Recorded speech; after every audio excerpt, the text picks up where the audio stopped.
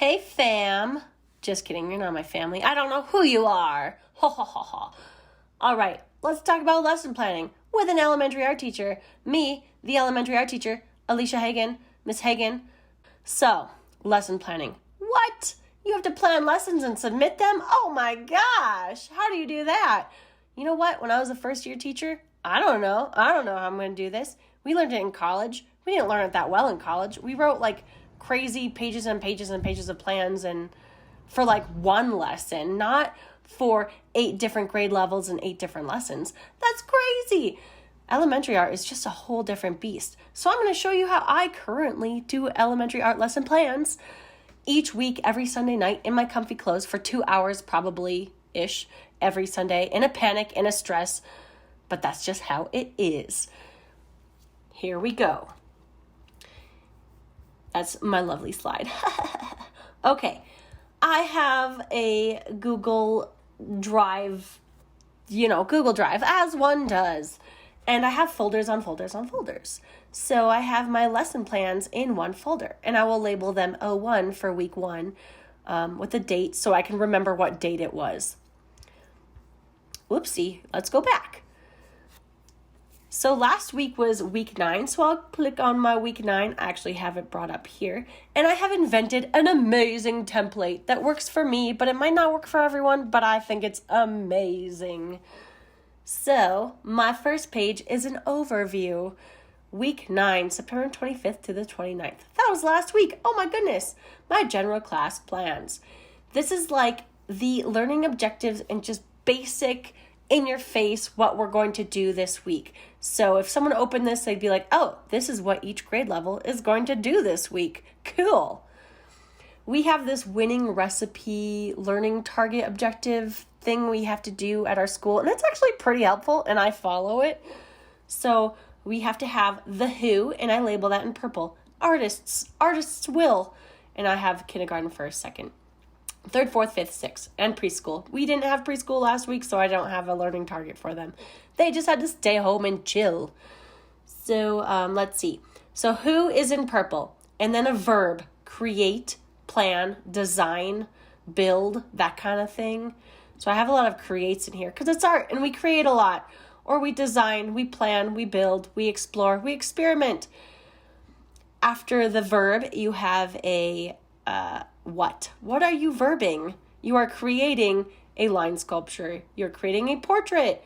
You are designing a sculpture. You are building a human sculpture. That is the what in green. And then by how? How are you doing this?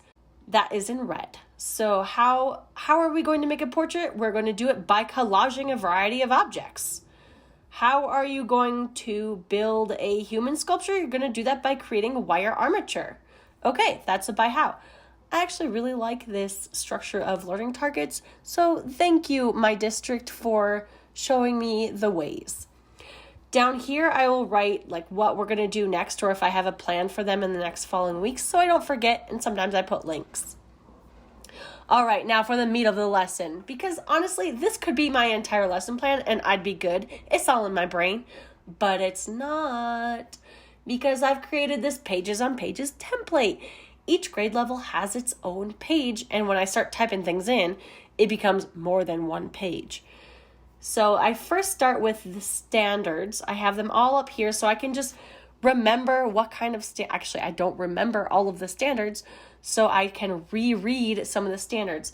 Usually I'll fill out the lesson first, and then I'll go back and check what standards that lesson is meeting. This week we didn't have pre-K, so it's a whole lot of nada. But if you go down and look at some of my others, you will see things that are filled out. So in kindergarten, we're working on paper line sculptures. That's the lesson title. The theme is line, the unit. We've been working on line for quite a while now. I have a time frame. I'll have how many days I think this lesson will take. And we're on day 2, so I highlighted it. I copy and paste the objective back in there. I have an art activity.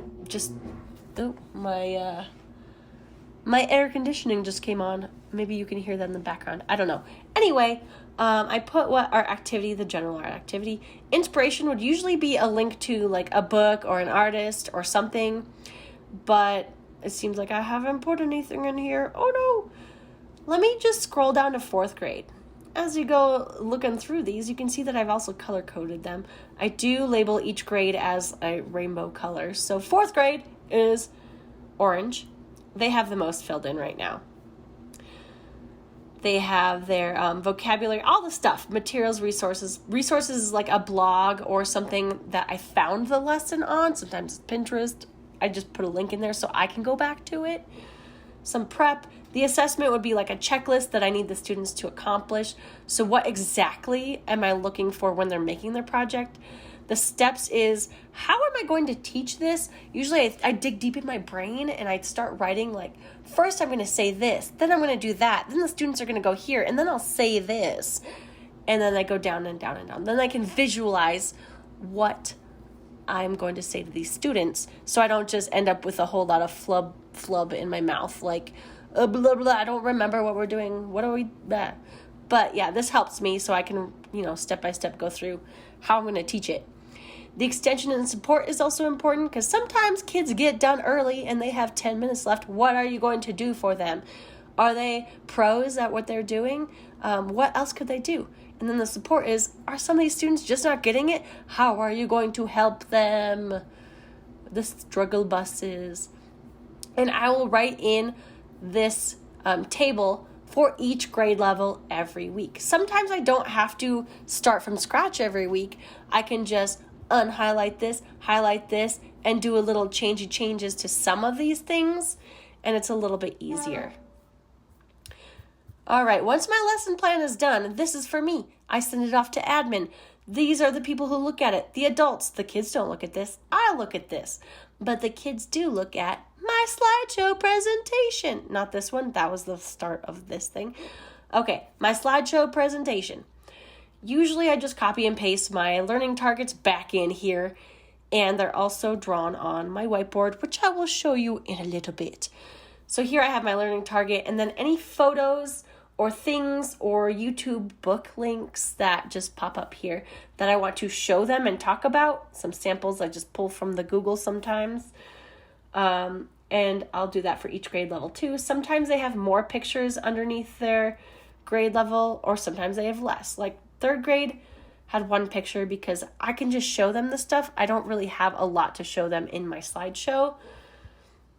And 2nd grade had 2, 3 pictures. Or sometimes I just have the target and no pictures underneath because I can just show them things in real life, IRL. After I have the slideshow done, I go to my whiteboard on Monday morning. I erase all the learning targets and I rewrite the learning targets for the week on my whiteboard using the same color coding I have in my lesson plans and in my slideshow. Then I'll post up any examples or samples that I made and put them on the board too. And that concludes how I lesson plan. I come into school Monday morning and I'm like, yeah, I got this. I am confident. I know exactly what I'm doing. And that's how I do it. Now, if you would have seen how I planned 5 years ago, it would not be great. And it was like, I don't know, it's in my head. But now I am a diligent planner.